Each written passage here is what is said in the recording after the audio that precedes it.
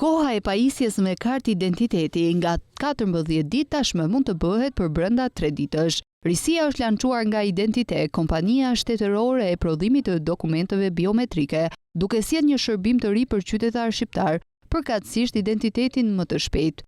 Fal këtij shërbimi përmes një pagese prej 3.000 lekësh, çdo qytetar mund të pajiset me letër njoftim elektronik brenda 3 ditësh. Shërbimi është krijuar për të lehtësuar dhe përshpejtuar procesin e aplikimit, duke u ardhur në ndihmë qytetarëve që kanë nevojë urgjente për dokumentin e tyre të identifikimit. Procedura e përshpejtuar është veçanërisht e dobishme për emigrantët, të cilët qëndrojnë për pak ditë në Shqipëri, si dhe për të gjithë ata që kanë nevojë të marrin shpejt kartën e tyre të identitetit, qoftë për arsye personale, profesionale apo administrative. Në vijim të angazhimit për inovacion dhe lehtësimin e aksesit të shërbimeve, Identitet në varësi të Ministrisë së Brendshme synon të jetë sa më pranë qytetarëve, duke ofruar produkte e shërbime të cilët përmirësojnë jetën e tyre.